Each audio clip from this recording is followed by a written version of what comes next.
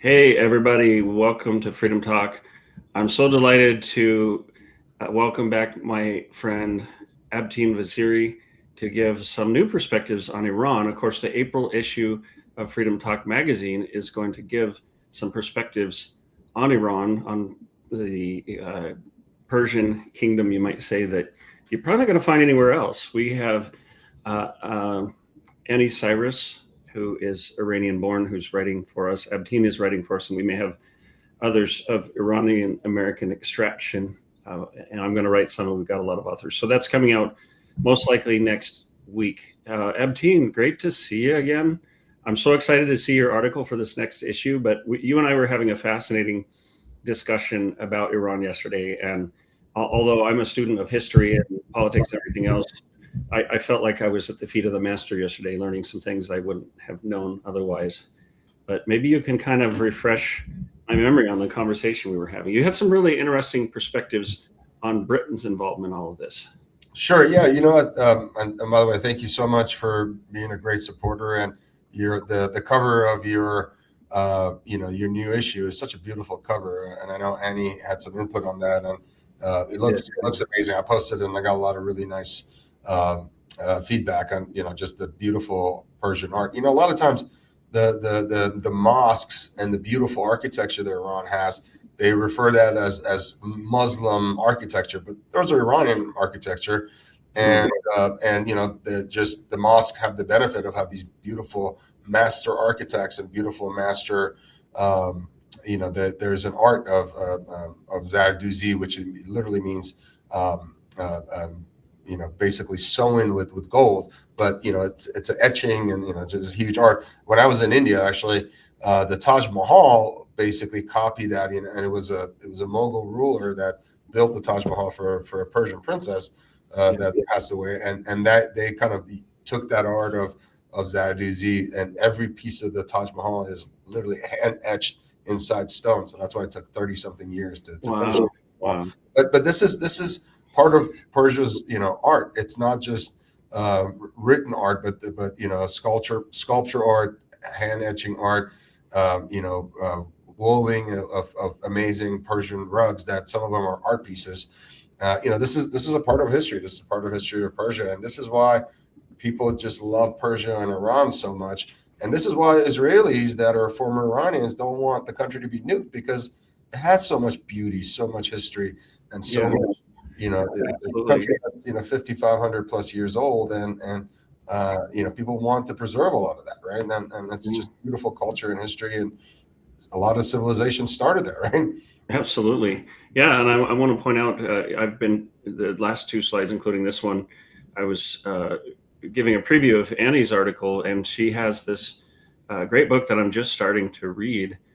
You'll see a graphic of it there, The Architecture of Jihad. And you and I were talking about jihad yesterday. I had what I would say are some misconceptions or maybe incomplete understanding of jihad, and you related it to Britain sort of using this idea for some politics. Maybe you can tell us more about that.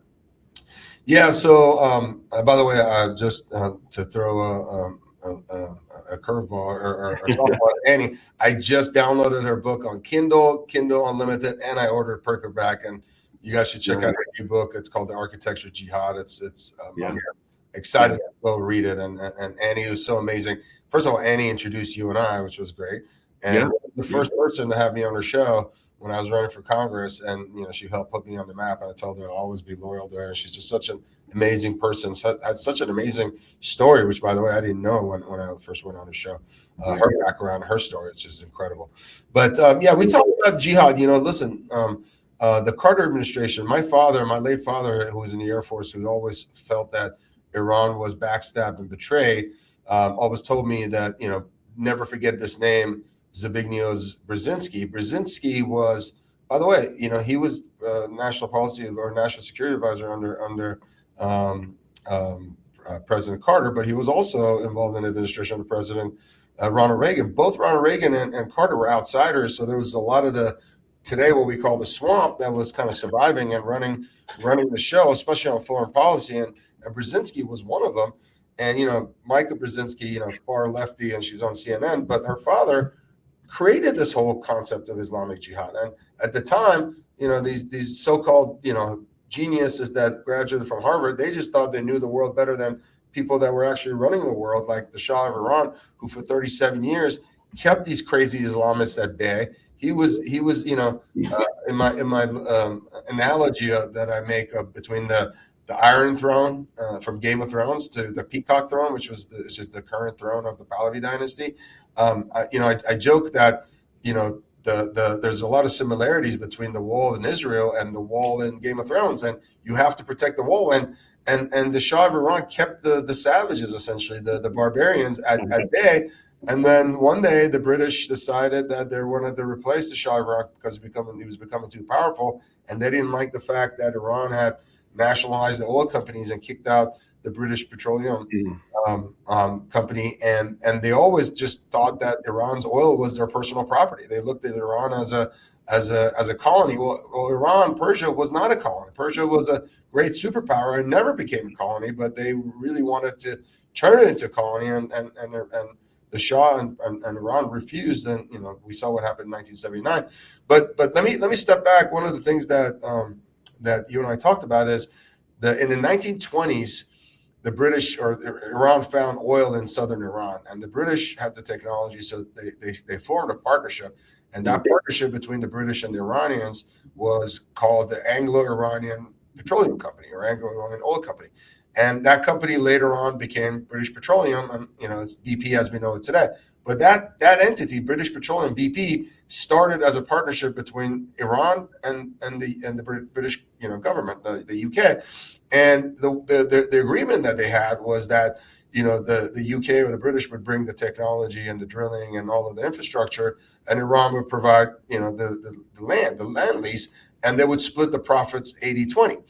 And well, the British were doing a lot of funny math, and there's a book that actually just came out called The King of Kings. Even in that book, that's a very leftist book that tries to paint the Shah as a bad figure. Even in that book, they claim that the British were doing funny, Enron accounting and only really giving Iran 8% of the profits. So they were keeping 92%, and they're raping Iran on that partnership.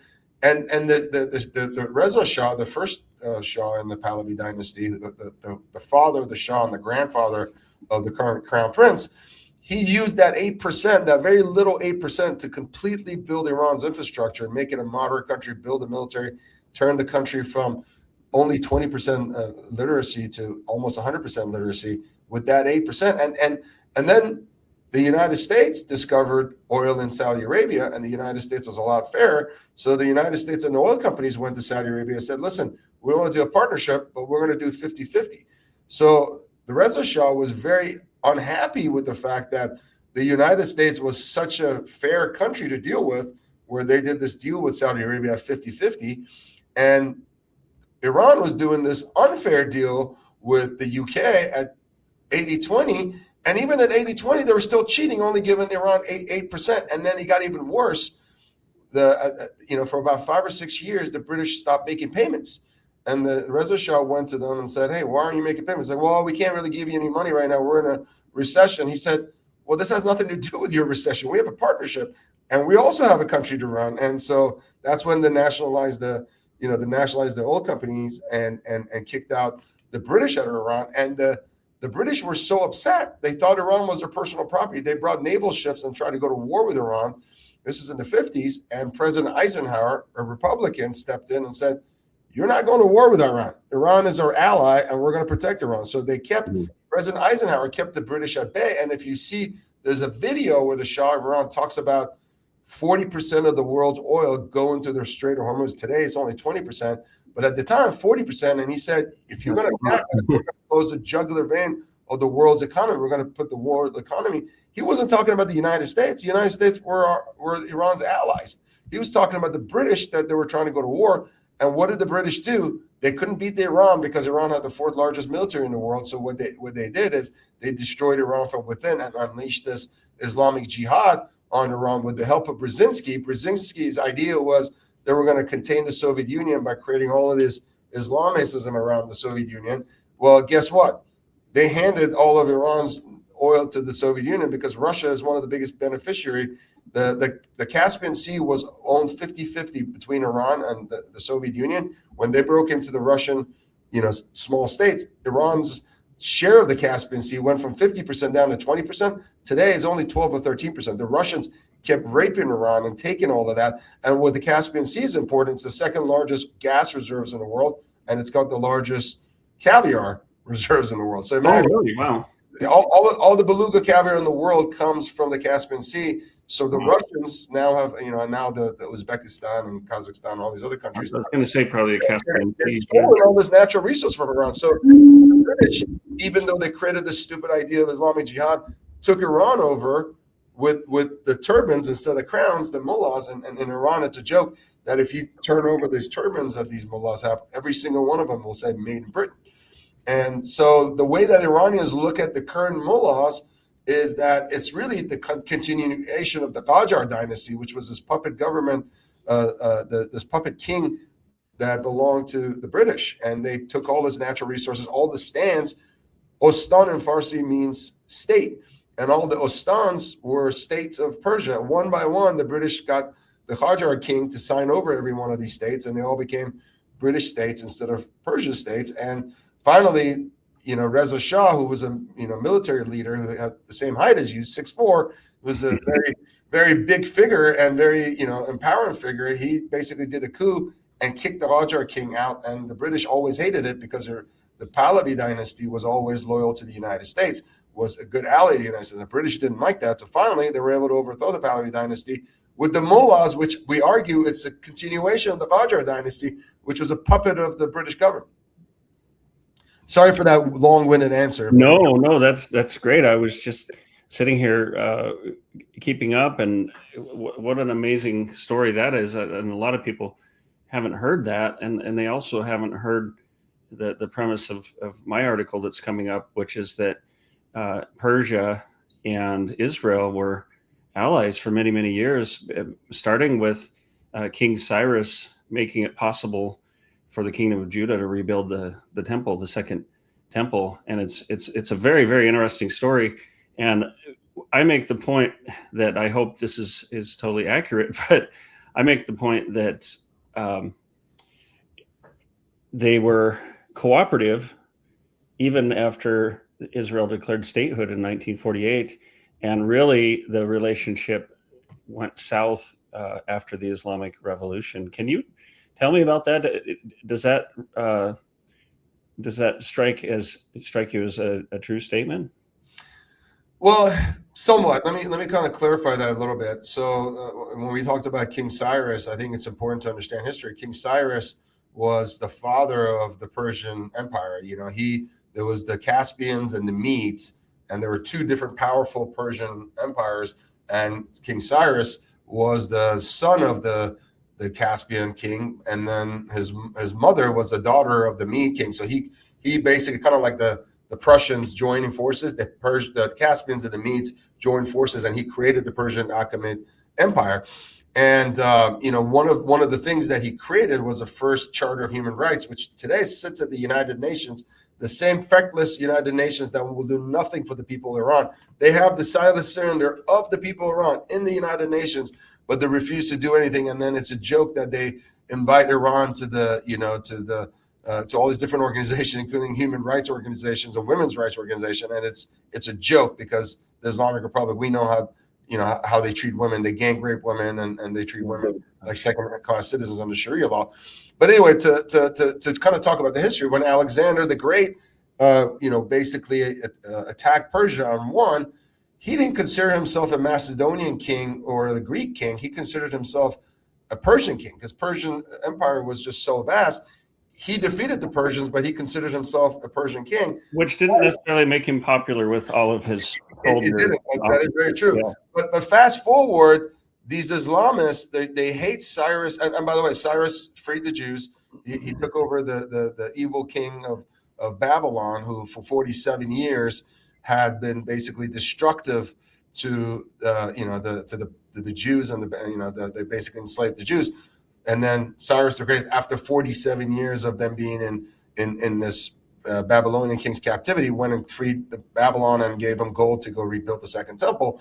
It's funny because the Islamic Republic has been in power for 47 years, the same amount of years.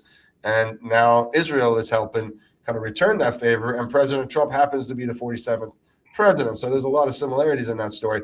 But let me tell you, the Islamists in Iran, they hate the history of Persia and Cyrus the Great, which is the father of that region, so much. I mean, his name has been brought up in the Old Testament so many times. It's the only king that, his name is transcribed. And so many different cultures use that name, Cyrus, because he was such a great king. But the Islamists, they tried to basically build a dam around the Cyrus tomb, and they try to submerge it underwater because they hate the history of Persia, because they look at themselves as not Iranian. They look at themselves as this Islamic caliphate. And then, sorry, the long-winded answer to your question, when my father was in the Air Force in Iran, he had a counterpart in Israel. Israel and Iran were close friends. In fact, even after the war with Iraq started, Israel was actually helping the Iranians, even though this new regime, Israel was helping them. They helped bomb the Iraqi nuclear sites with F-4s that were painted the same color as Iran to pretend like Iran was doing it. So they were indirectly helping Iran, because the Islamic Republic to the Israelis was the lesser of two evil compared to Saddam.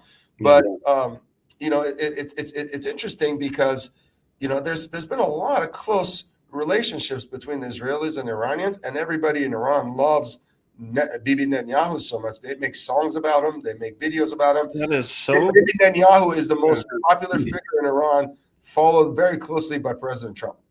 That is so interesting, and you saw a post I did this morning, because I went on to X and I was seeing people say things like, oh, the Jews in Esther's time were trying to commit genocide against the Persians and everything else. So I wrote a little post, and obviously I used AI here, but I even saw somebody say Esther was a honey trap for King Xerxes or Ahasuerus, which is not true at all. And I pointed out that Haman was an Agagite, which goes back in the Bible to the Amalekites.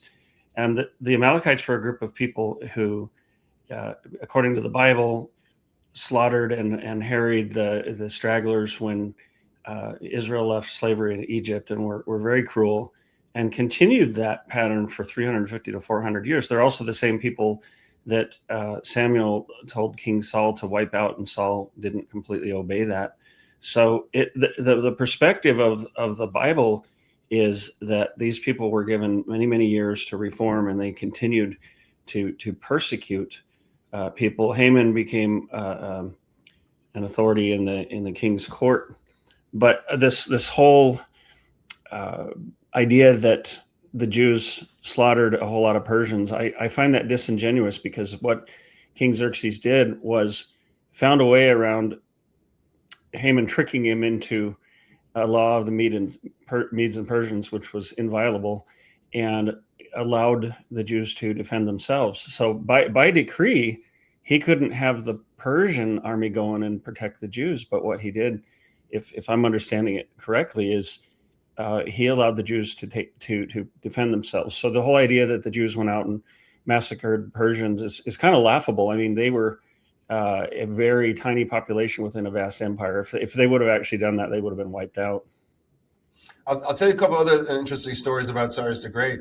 So Cyrus the Great, first of all, his story about, Cyropedia, which was a book that was written by Xenophon, who was actually a Greek soldier. He wrote this. He wrote about the 10,000. Yeah. He wrote the story about Cyrus the Great, because at the time, Persians didn't write down history. They were just orally telling them. Hey, hang on a sec. This is the same Xenophon that was part of the 10,000 Greek soldiers who had to fight their way back home, right? That is correct. But he sat down with Cyrus the Great, and Cyrus the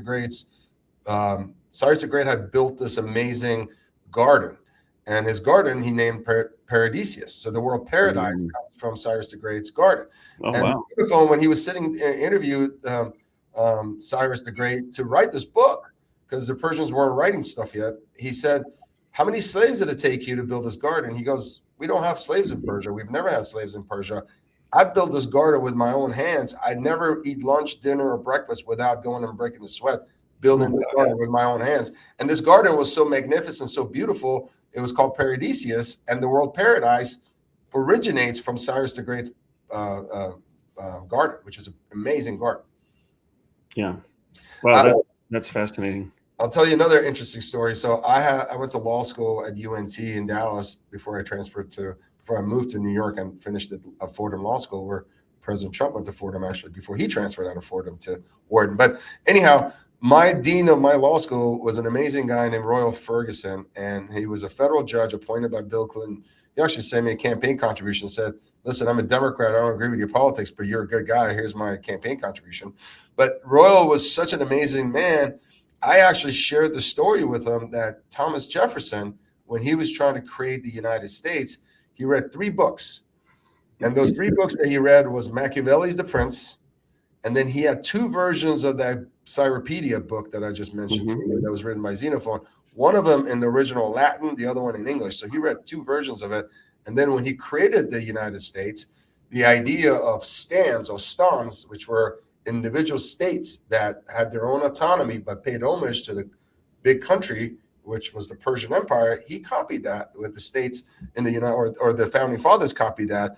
But they decided to rely less and less on ruling by fear that the Prince Machiavelli wrote, and more by what love and respect and balance of power that Cyrus wrote. So I shared that article and book with my dean, and he was fascinated by it.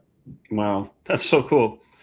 So here is the depiction, Hollywood's depiction in 300 of King Xerxes the First. Tell me, I've heard some people criticize this movie because it made him out to be a complete moral reprobate, and that the Persians were enslavers and wicked, and the Greeks were these moral, righteous people. Tell me that the Spartans kept the Helots. They kept slaves. So I don't know that characterization in the movie was historically accurate.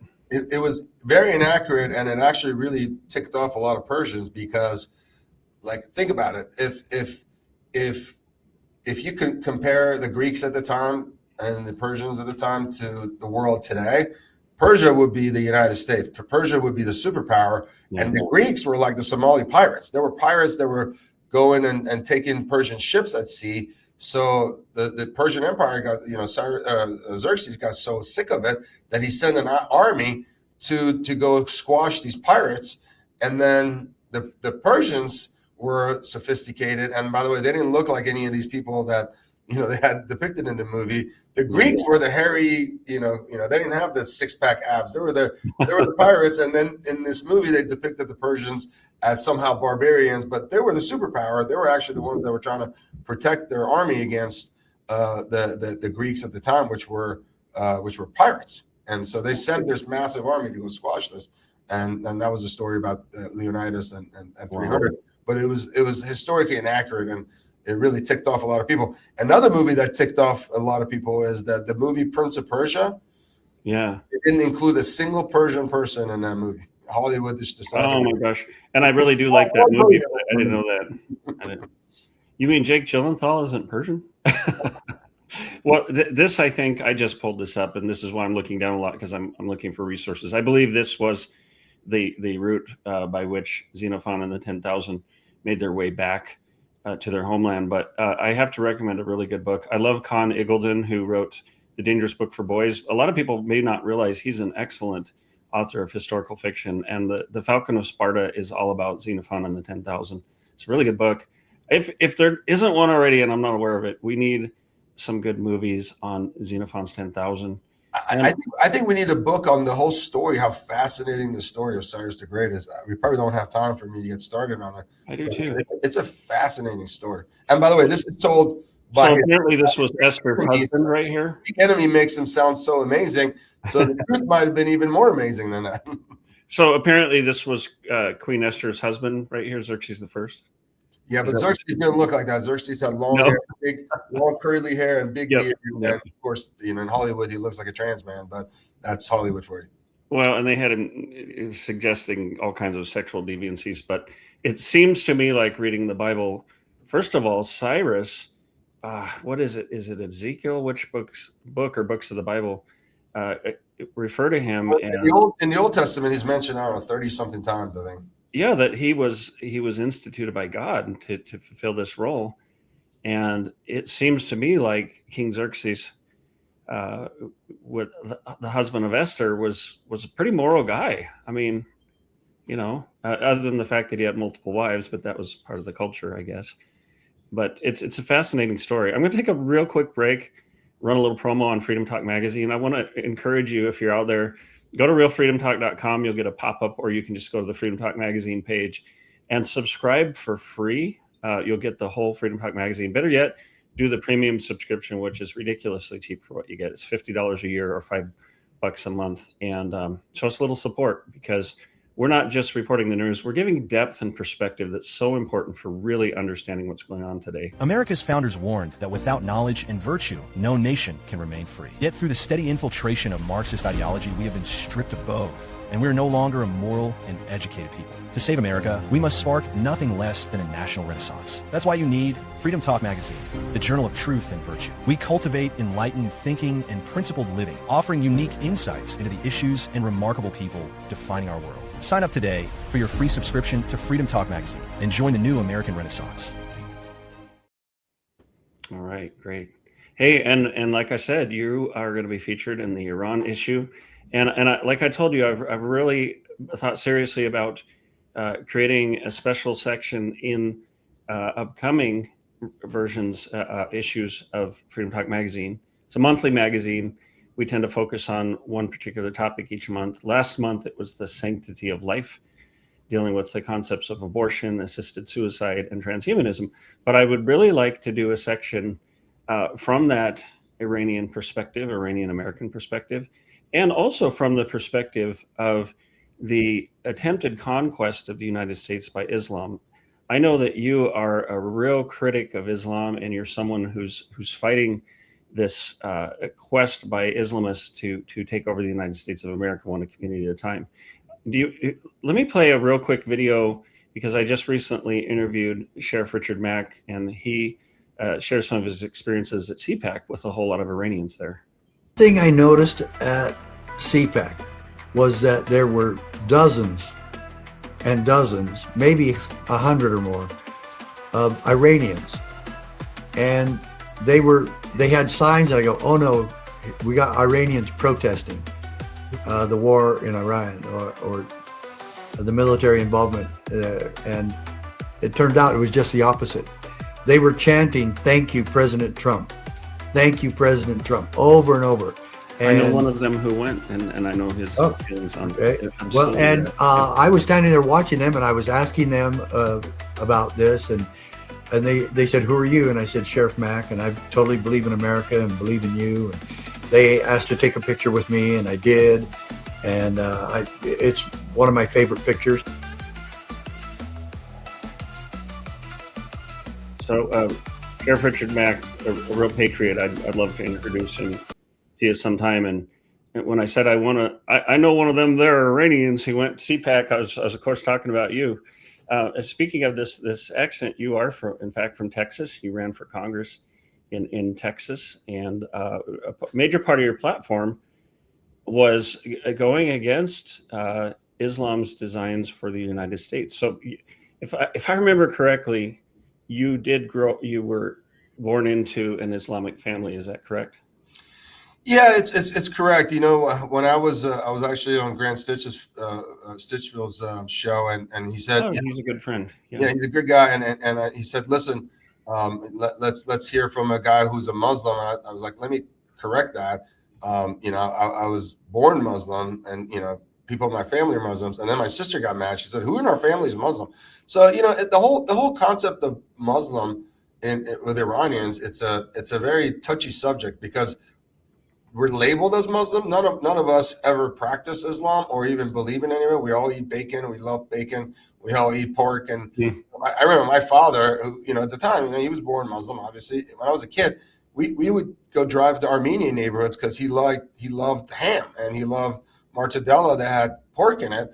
And we weren't allowed to buy it in regular neighborhoods. So we had to go to Armenian Christian neighborhoods to buy it. So he just, one of his favorite things was prosciutto. And he just, we call it jambon in Farsi, from the Spanish word. In Spanish, jamon, yeah. He loved it. He absolutely loved it. And we had to go to other neighborhoods to buy it. So, when I say I was born Muslim, I was just born into Islamic family. I never practiced Islam. But I tell you, about 4 or 5 years ago, I started really watching. I actually flew down to Dallas when I lived in New York twice to go to Jordan Peterson's lecture. And his lectures Nice. had to do with Christianity. And one of the things he talked about how important it was for people to join the Christian cause, because Europe had this vacuum of moral, morality and religion, because there's so many atheists in Europe. And then the Islamists came and filled in that power vacuum, filled in that religious belief vacuum, and how dangerous it was. And Europe is gone. So I converted, officially started, reading a lot of stuff 4 or 5 years ago. I've always celebrated Christmas. My family's always celebrated Christmas. We would always go to churches, even around Christmas to pay our respects, even when we weren't Christian. And then 4 or 5 years ago, I started really studying it. And about a year ago, I converted. And last summer, I got baptized. So I always thought people would criticize me and say, "Oh, you only became Christian because you ran for office." But what they don't know is it was the other way around. I ran for office because my Christian beliefs told me I need to do that. Yeah, that's amazing, and congratulations on. It's very interesting because not everybody who carries a religious label is Orthodox or does those things. This is, by the way, this is me in Sri Lanka. Believe it or not, that's me in the middle there. Find me, it's like find Waldo. I know it's difficult to find the young 20, 21-year-old guy there, but about a third of my students. Were you already 6'4" by then? I was 6'4" by then, yeah. And but very young. I have sons now who are older than this. One of them, Zach, I think, is watching right now. But about a third of my students were Muslim. Most were Buddhist. Some were Hindu, and we had Christian students as well. But we all got along together so well. The students got along. There was no religious friction there. But I saw that again, that people had varying degrees of orthodoxy. And, people might think you go to Sri Lanka or India, you're not going to find meat, but meat was everywhere, Yeah, one of the things that's important, I sent 42,000 text messages to my constituents. I said, a lot of politicians are telling you they're going to stop any more mosques from opening in Texas. My goal is different. I'm not saying no more mosques. I'm saying I'm going to shut down every single mosque that already exists in Texas. Mm. And I got a bunch of hate messages, 4,000 text messages telling me to go F myself. And, listen, I don't have anything against Muslims. There's a lot of really good, peaceful Muslims. Pretty much a lot of people in my family are Muslims. There's people that I know that are good people that are Muslims. So I don't want to take anything away from that. But let me tell you, the radicals, and by the way, if you really understand Islam, there's no difference between radical Islam and Islam. Islam is radical. It's by definition radical. But there's a lot of good Muslims that don't prescribe to the radicalness. They just need a sense of morality and set of guidelines. Yeah. But if you really understand the whole genesis of Islam, is a religion is supposed to be, to teach you morality, to teach you not to kill your neighbor, not to steal from your neighbor, to be, loyal to your parents, and just do good deeds, right? And Islam, if you understand the genesis of Islam, which we call it radical Islam, but it's the same thing, is that you are allowed to lie, cheat, and steal to protect Islam. So that makes it automatically not a religion. That makes it a cult. Yeah. And I don't want to take away anything from. There's so many good Muslims in this world, and there are. Yeah, the biggest victims of these crazy Muslims are other Muslims. They're the number. I mean, the people that are getting all the people that got killed in Iran, they're Muslims. They're 50,000 now. They don't believe in it anymore. They're disenfranchised Muslims, but Muslims are killing all the Muslims. The biggest. Look at Iran. They just started indiscriminately sending missiles into UAE, Qatar, and all their Muslim countries. Yeah. They blame Israel. Israel has never attacked another Islamic country. Iran has attacked more Muslim countries in the last month than Israel has in its entire existence since 1947. I saw a statement yesterday, I think it was from the president of Iran, criticizing the United States for so-called massacring Iranians and we need to stop massacring Iranians. And I thought, you mean like the protesters that you just massacred? Like how hypocritical is that? So it's really funny. I get a lot of funny posts and memes from Persian speaking people, and a lot of them are like, Farsi language is fascinating, right? It's been around 2,500 years, so it has. I have always wanted to learn some Farsi. I mean, I recognize it, so I'll go up to people and say, "You're speaking Farsi, aren't you?" But I would love to be able to go up and speak a little bit of it. It's a very poetic language, and it's a that. poetic language because there's so much poetry and songs and music and art.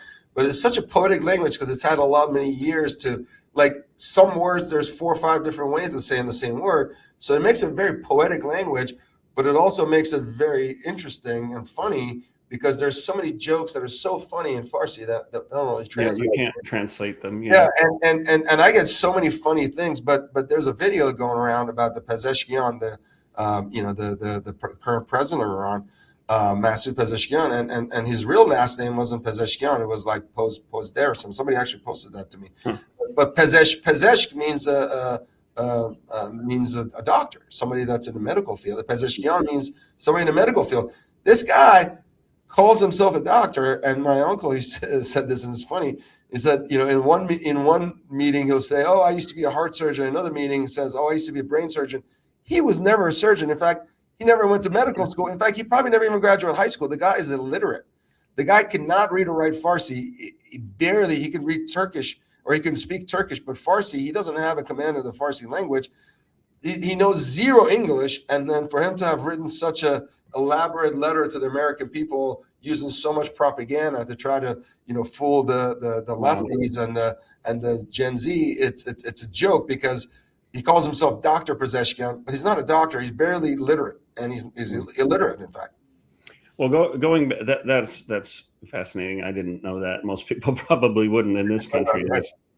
But back to your point about mosques, and a lot of people have been saying lately that Islam is not compatible with the values of the United States of America. And I want to show you a picture. This is inside the DOJ. I've got some differences, you might say. I'm working out with the DOJ and how they went after parents. But so I've been in the DOJ building, a large imposing building in Washington, D.C. And this is a photograph from a rotunda. You can see it leads up some stairs. But all around this room are these larger than life depictions of lawmakers. So Oliver Wendell Holmes on the right, Thomas Aquinas on the left. By the way, interestingly, you see Jesus in there. And I was getting a tour from someone, and I said, "Well, that's cool. They have Jesus in here." They said, "Well, you don't understand. This is a depiction of Jesus in prison, being imprisoned by the law." And there's some very demonic artwork in the DOJ. But I digress often. But anyway, my point is that among these characters is Moses. And so I have to say, whether or not you believe that the United States is a Christian nation, our legal system has the 10 Commandments, has the law of Moses as a part of our legal foundation. You would know this as a lawyer. So I wouldn't say that, you have to be a Christian to hold office. However, there's a reason why you swear on a Bible, and it's not just to say I'm Christian. It's to acknowledge that the very foundation of our law is the 10 Commandments. Thou shalt not kill, all the rest. So it's a very interesting thing. And then, as you know, at the founding of our country, one of the huge problems we encountered was that these Barbary pirates were kidnapping Americans and enslaving Americans.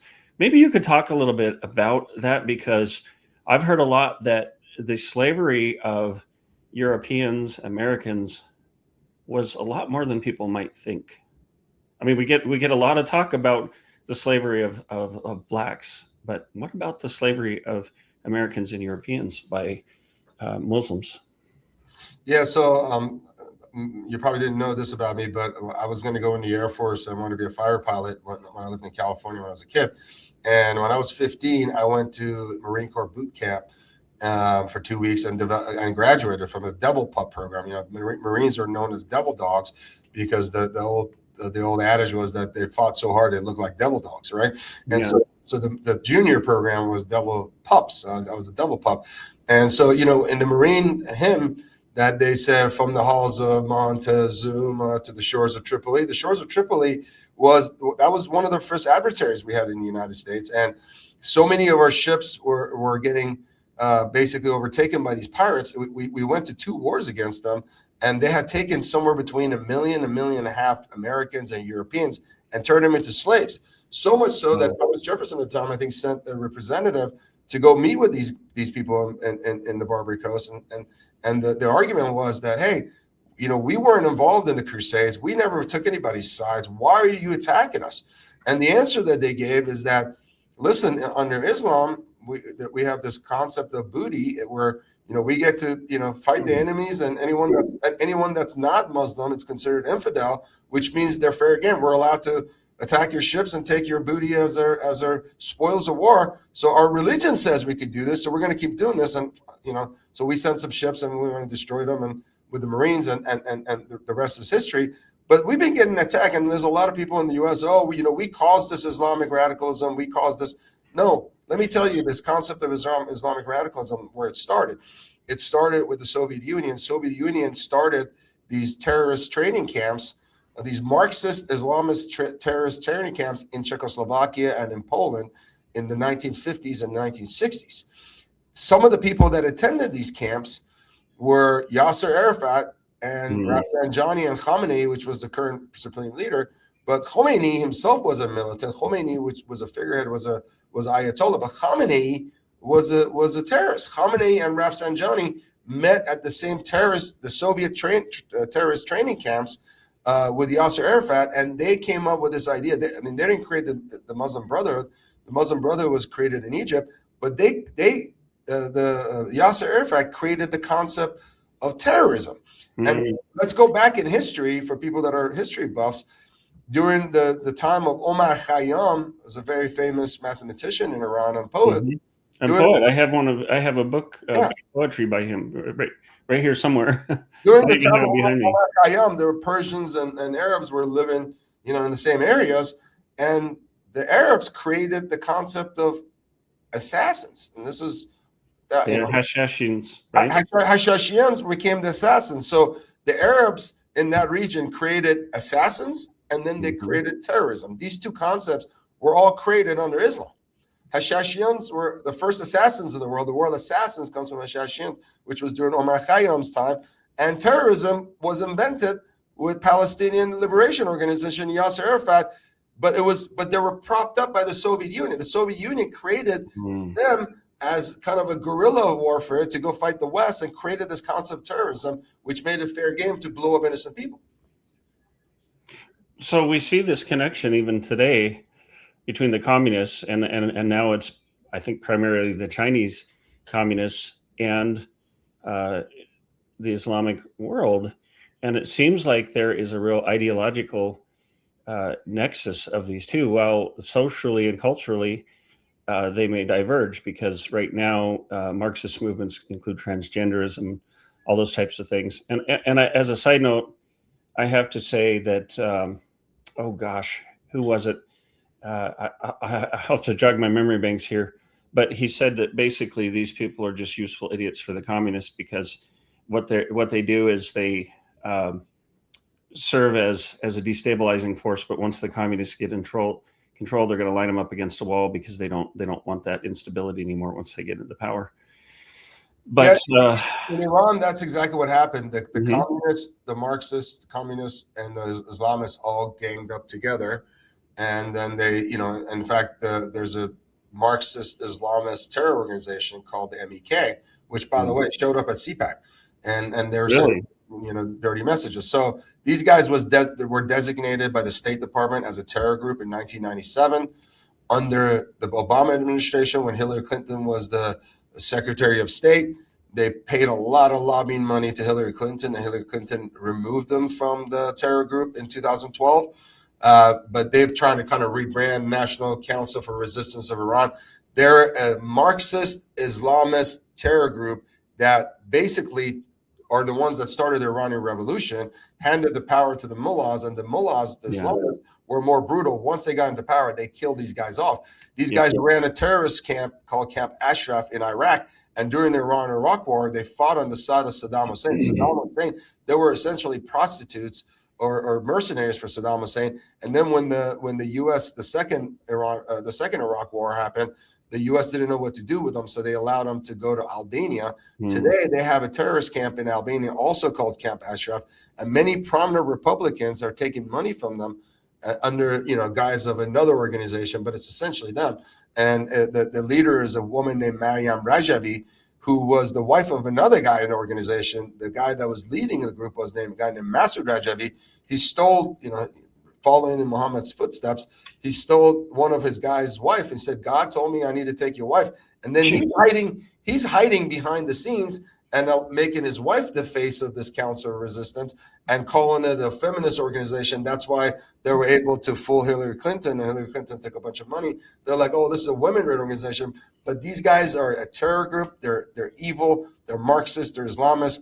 Now, what's happening here in the United States, you have Mamdani, who is a plant by the Muslim Brotherhood. But now they have the Marxists, Islamists, socialists, and now they have LGBTQ that they've added to the group. But guess what happens? If the Islamists ever get in power, the first group they're going to kill off is going to be the LGBT, and then they're going to go through whoever is the weakest link, and the strongest, most brutal will always be the Islamists. So the Islamists always use these other groups as the useful idiots, as the term coined by Joseph Stalin. They use all these other useful idiots until they get into power, and then once they're done, they will kill them off and discard them as they see fit.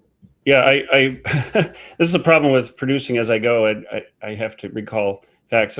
I know Yuri Bezmenov. I knew the name, but couldn't recall it. But he said the useful idiots, the leftists who are idealistically believing in the beauty of the Soviet socialist or communist or whatever system. And today you'd say the American Marxists or the Chinese Communist Party, when they get a disillusion, become the worst enemies. That's why my KGB instructor specifically made the point, never bother with leftists. Forget about these political prostitutes. Aim higher. They serve a purpose only at the stage of destabilization of a nation.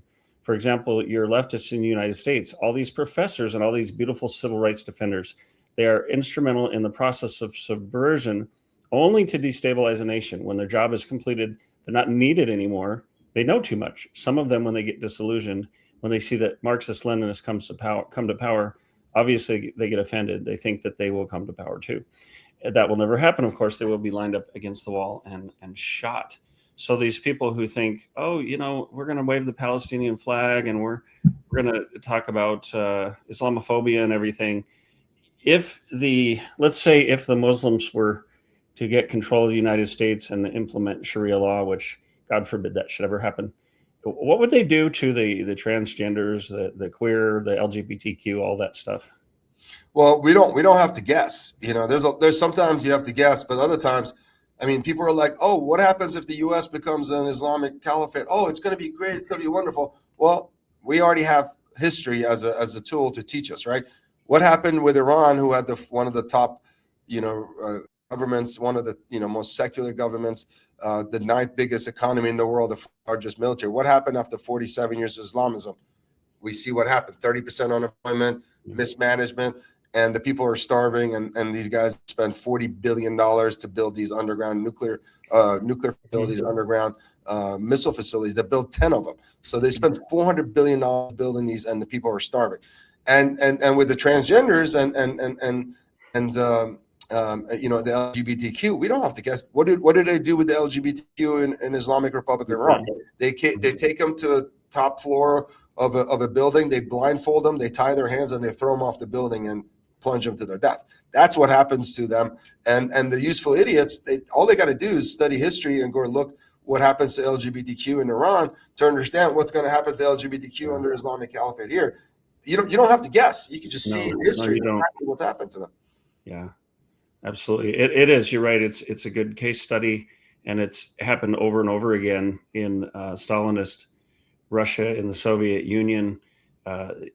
Stalin legalized abortion and homosexuality and a lot of things, but once he really consolidated that power, he went and hunted people down for those things. So they're not gonna abide by any kind of competition. And I've tried to warn people on the left to say, look, you're being used, you're being abused. they're not your friends, but they often won't listen to you. So tell me what we can do in Texas and other states to push back on the plans and schemes of these Islamists to take over our culture. It's a very big concern of a lot of people. Yeah, listen, I'm going to Austin to testify in front of Board of Education because CARE and these Palestinian terrorist organizations essentially are going and testifying how friendly they are, how nice they are, how loving and everything. And so we need people to go testify. And a friend of mine who's just got the Republican primary nomination to be on the Board of Education asked me to go testify, and I'm going to testify. Other things that we could do, I think. You mentioned CPAC. I got a shout out from Matt Schlapp and Mercedes Schlapp and the CPAC. I said, this year's CPAC was amazing. They always run a great organization, but the surprise was how many Iranians showed up. Mm-hmm. Now you have a bunch of brand new Republicans. Let's get people registered. I can't say let's register them to be Republicans. They're already Republicans, but let's get them all registered and they can vote however they want. But let's get the Iranians involved in the political process because the Iranians don't vote. They're one of the lowest voting population, and my job is to try to change that. I'm setting up a 501c, probably going to name it Voice for the Voiceless. And one of the top agenda items that I have to get more Iranians to go vote. I think I was on Frank Gaffney's show this morning. He calls me a foreign-born American patriot. We need more foreign-born American patriots. And these Iranians, just like the Cubans, just like the Venezuelans, just like the Vietnamese, just like people that live in former Soviet nations, they understand the pain of losing your country overnight and losing all your freedoms. So I think these foreign-born patriots, a lot of them Iranian in the Texas area, there's 200,000 Iranians. We got to get them involved in the political process. So I'm taking that task and working with the Dallas County Republicans, Collin County Republicans, a lot of these Republican organizations to kind of do more civic educations, explain the primary process to them, explain the runoff process, the election process, get them more involved. And I'm actually asked a lot of friends to join to be precinct chairs and get involved in these Republican organizations. The other thing is the 501c. I'm going to do a lot of educational research to share with people and really fight against the foreign influence. A lot of these organizations that are set up in the United States legally, one was NIAC that was created in 2002 by a gentleman named Trita Parsi, who claims he's Zoroastrian, but he's actually a direct descendant of Prophet Muhammad, and is running this organization supposedly initially as a student organization and later as an advocacy organization, but they're doing lobbying for the Islamic Republic. In fact, he's the one that started this whole negotiations with Javad Zarif to start the nuclear negotiations that ended up to JCPOA. They got into far trouble, so he left that organization in 2019 and created another organization called the Quincy Institute. They got funding from the Rockefeller brothers and from George Soros, the Open Society Foundation. But they're essentially doing open lobbying for the Islamic Republic. And today, the Islamic Republic is fighting for its survival. It's on its last few legs. The Air Force is gone. The Navy's gone. The IRGC's at a shell of itself.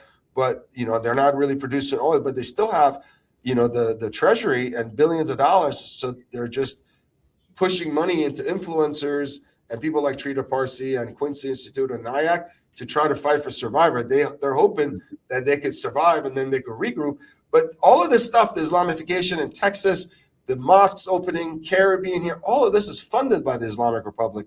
So you can't just Steve Bannon on his show, he's fighting against the Islamification of Texas, but then, talking from both sides of the mouth, and he having Trita Parsi, a known mouthpiece for the Islamic Republic on his show. And he's like, oh, this war is bad and let's save American lives.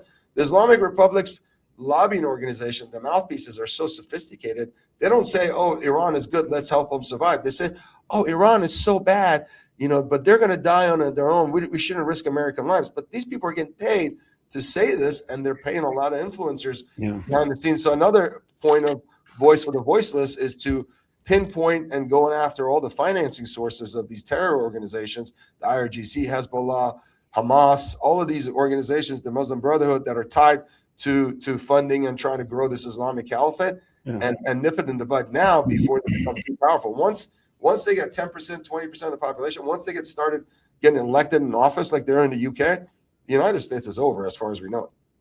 Yeah, I actually wrote down a timestamp for when you were saying that about Steve Bannon. I might clip that part and send it to him. Maybe see if you could come on his show and discuss or even debate this. I was supposed to be on his show when I was still in the campaign, and 15 minutes before I was supposed to go on air, they canceled on me. And then instead of having me on that show, they had Trita Parsi on that show. Crazy. Interesting. Now, Well, hey, listen, I don't think Steve Bannon wants bad things for the United States. I think, his whole thing is, anti-war. And, he has somebody like Trita Parsi he thinks is a valid Iranian that's, pushing this. So it's an easy pill for him to swallow. Somebody from Iran that agrees no war. Let me have him on the show. What he doesn't understand probably is that this is a lot more, nefarious than he thinks. This is somebody that's openly trying to help Iran get nukes. Yeah, well, we're in fifth generation warfare, as General Mike Flynn and my good friend Boone Cutler, the late Boone Cutler, said, and the Chinese call it unrestricted warfare, and not everybody is what they appear to be. So I want to point out really quickly that little scrolling thing down at the bottom. I'm going to help support what Abteen's doing. I'd love to be a part of that nonprofit. I want to travel to some events to bring you these perspectives through Freedom Talk. I know, Abteen, you and I want to go to some events together. So if you'd like to support that and give me some funds to travel and bring this kind of perspective to you, you can go to giftsendgo.com/Freedom Talk. Better yet, you can subscribe to the premium version of Freedom Talk magazine, and here's where you do that. You can scan that right now with your phone, or you can go to realfreedomtalk.com. We're on Substack as well. And if you're watching and you have a business and you'd like to advertise with us, we go out thanks to some various email lists. Our biggest one is Mike Lindell's list. Each monthly issue goes out to between 2 to 4 million email addresses and a lot of other multimedia. So we're really doing an important work. You really are. And let me highlight a few events that I'm going to be involved in for people that want to participate. One, April 6th, Beau French is having an event down in Fort Worth. He's running for railroad commissioner, and he's going to have Ken Paxton at that event. I think that's a good event too. On the 23rd of April, Benji Gershon, who runs the Jewish Conservative Organization of Texas, is having an event. I'm going to be emceeing the event. Tommy Robinson from the UK will be here, and he's going to interview all the Sharia caucus chairs, Keith Self, among others, 4 other Sharia caucus chairs from Texas, from U.S. Congress and the Senate and whatnot. And so that should be a great event with Tommy Robinson. Tommy Robinson's been doing some great work. He actually interviewed me right here in front of this American. I saw that, yeah. 30 minutes before the polls closed, the day before the election. He's been amazing. I got introduced to him actually by Patrick Bet-David. So I want to thank Patrick Bet-David and Tommy Robinson for coming here and interview me. And then the last one, you just mentioned General Flynn. The Dallas County Republicans are going to have Grant Stinchfield interview General Flynn on April 30th. I was actually supposed to be out of town. I changed my flight to make sure I'm at that event. That's April 30th. And the information is at the Dallas County Republican. Yeah. I just, while we were talking, I texted Grant Stinchfield and said, hey, I'm talking to Abteen Vaziri right now. And he said, oh, yes, I told him he'd finish last, and he did. LOL. Super nice guy. Just didn't know how hard it is. So. Hey, listen, no, I do. We did finish last, but we're going to win the battle because I endorsed Jace Yarbrough, who's a wonderful young man. He's going to Congress, most likely. He's bypassed the runoff process. Now he's going to the November election. And all of us in the race, every single one of us endorsed him. And, he's asked me to kind of stay and help him with this issue of Islamification. So I'm gladly will be able to help him. So we didn't lose. We're actually winning because we're going to really focus on this issue of Islamification of the United States. And more importantly, in that same election, we got 95% votes for Proposition 10 to ban Sharia. Frank Gaffney's organization, bansharia.com. You guys should check that out.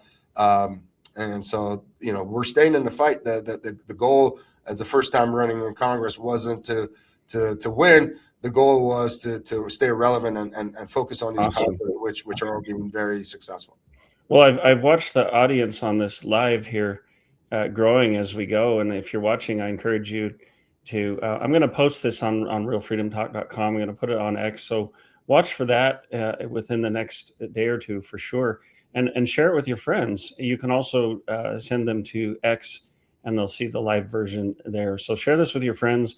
Again, help me go out to some of these things and really keep expanding my knowledge, and by extension yours, and we're going to give you some really, really great information that you can really sink your teeth into, which I think is refreshing. And I have two sons that are Gen Z. I'm married to a millennial. I'm not a boomer, but I'm what Gen what is Gen X. X. You're like me, Gen X. Yeah, we were the rebels, man.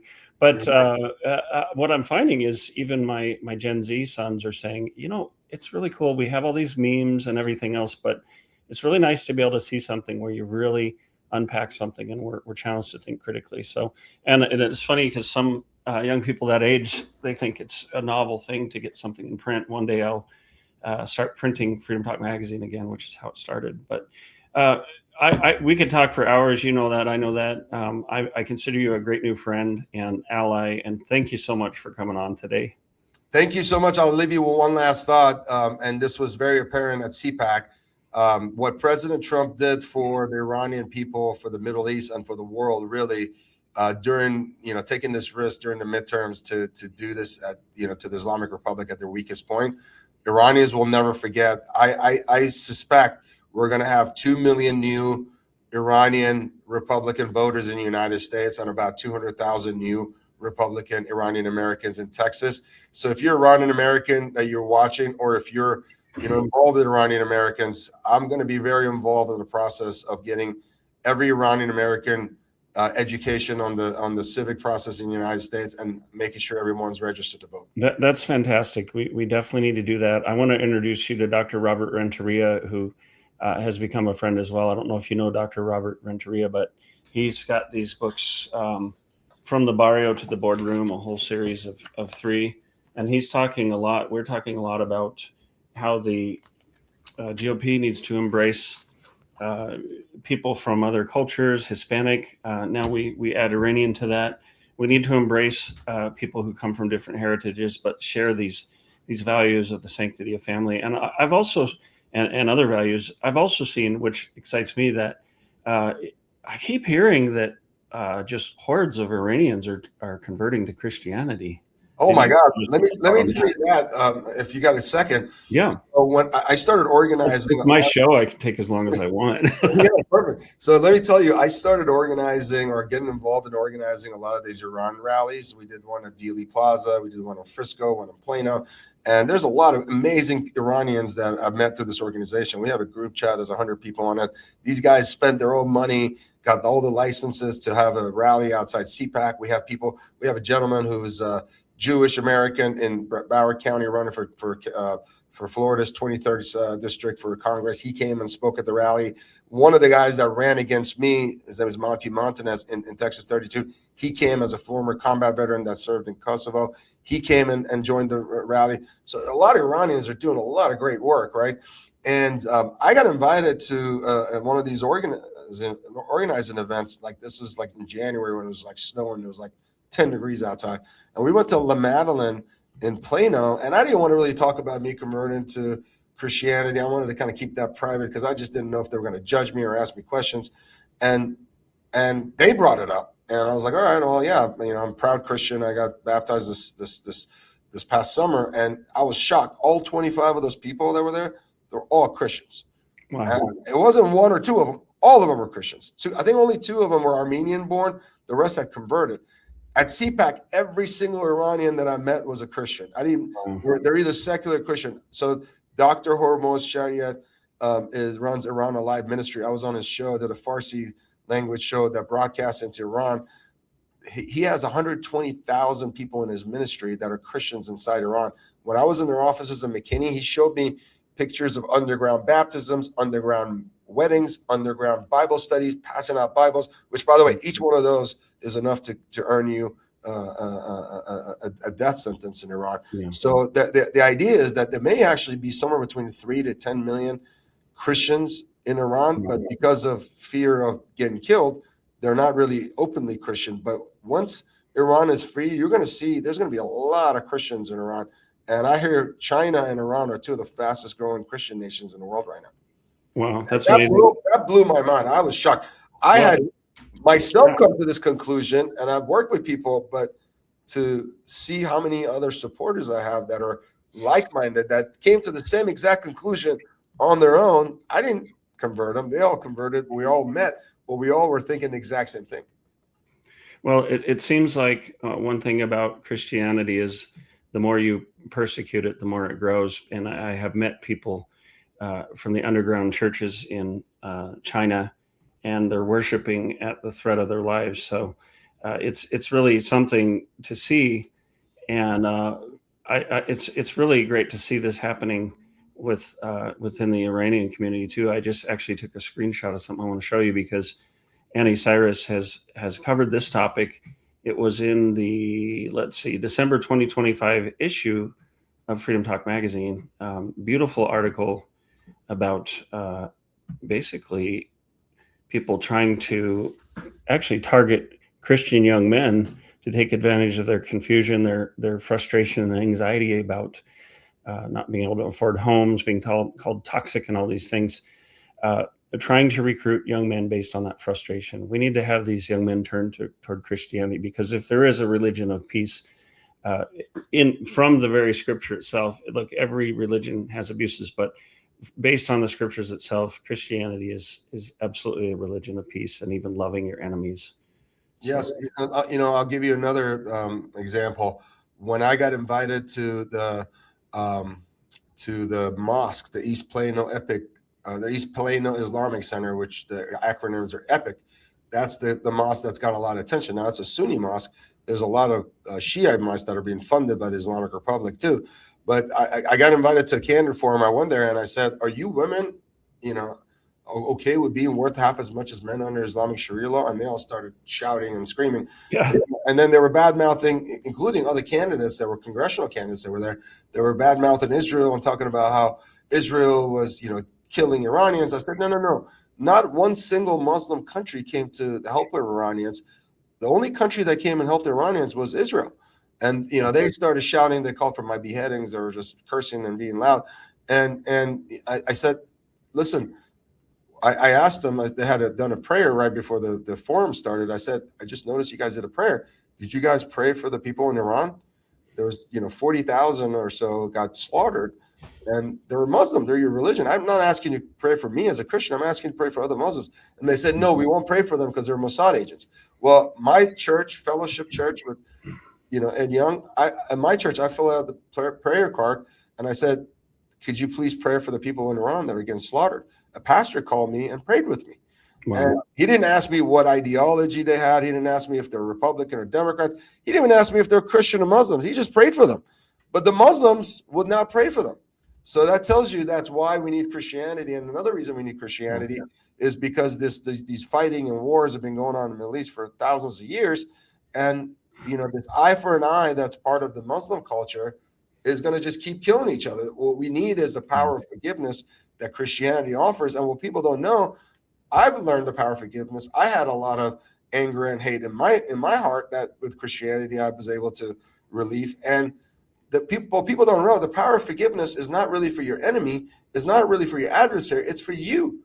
Because when you forgive, it makes your heart clean, and now you have your conscience clear and you have a clear heart, and it helps you live a better life. It's not for your enemy, it's for you. Yeah, I taught my kids that. I've taught my kids that if you hate someone, you give them control over you. So better to forgive immediately. Well, hey, thank you so much for coming on again. Subscribe to Freedom Talk magazine. I get these email notifications. I want to see my email light up with new free subscribers, paid even better. Abteen, thank you so much. We'll have you back. I think you're going to be a regular. And I just want to close by saying we love the Iranian people. I'm so excited to be involved in this and to be touching on this. And I am going to learn everything I can and help spread the good word and separate the wheat from the chaff, because Freedom Talk magazine is the journal of truth and virtue. So we want to bring the truth to this matter instead of all the jabber that goes on social media, and really get down to what is the virtuous thing to do in this situation. How can we follow righteousness and the founding principles of this country? So thank you so much for coming on, and we'll talk to you soon. Thank you so much, and look forward to my article in your latest issue that has the beautiful Persian art. And thank you again for being a supporter, and thank you for having me on the show. And for those Iranians out there, please go register and vote in the midterms. That's the number one way you could pay back President Trump. and the Okay. Republican Party for helping bring freedom to Iran. All right. We'll see you soon. Cheers.